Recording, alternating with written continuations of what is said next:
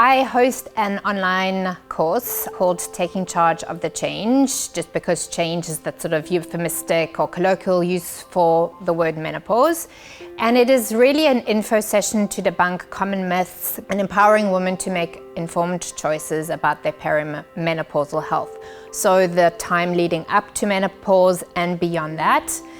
And it's very much a question and answer piece to it. It has just a lot of information around the entire experience of menopause. My hope is that we women can become more hormone literate and just help address those symptoms more quickly before they become really bothersome. It's an opportunity to ask, to just share on your journey and to just really gather from a wealth of knowledge of other women on how to navigate this rather tricky time in your life.